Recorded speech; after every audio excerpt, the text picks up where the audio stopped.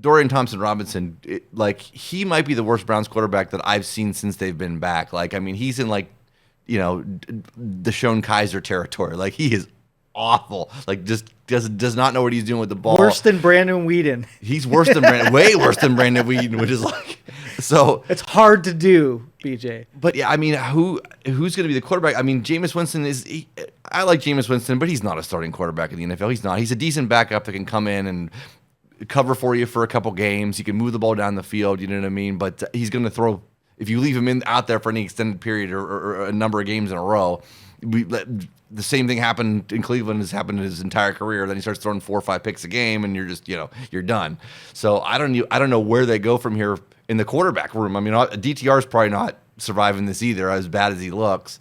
I mean, who do you bring? There's nobody really to draft necessarily. Like maybe Kirk Cousins, because they could get like a Russell Wilson style deal with that.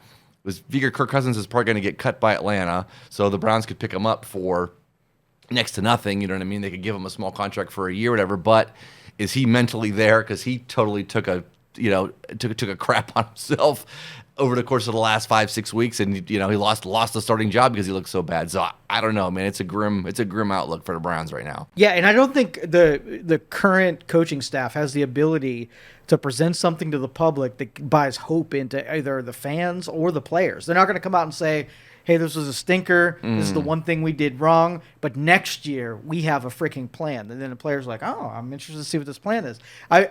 You listen to the press conferences, and it's the same every week, right? They're not making some major discoveries. They have faith in – I know they have to say this.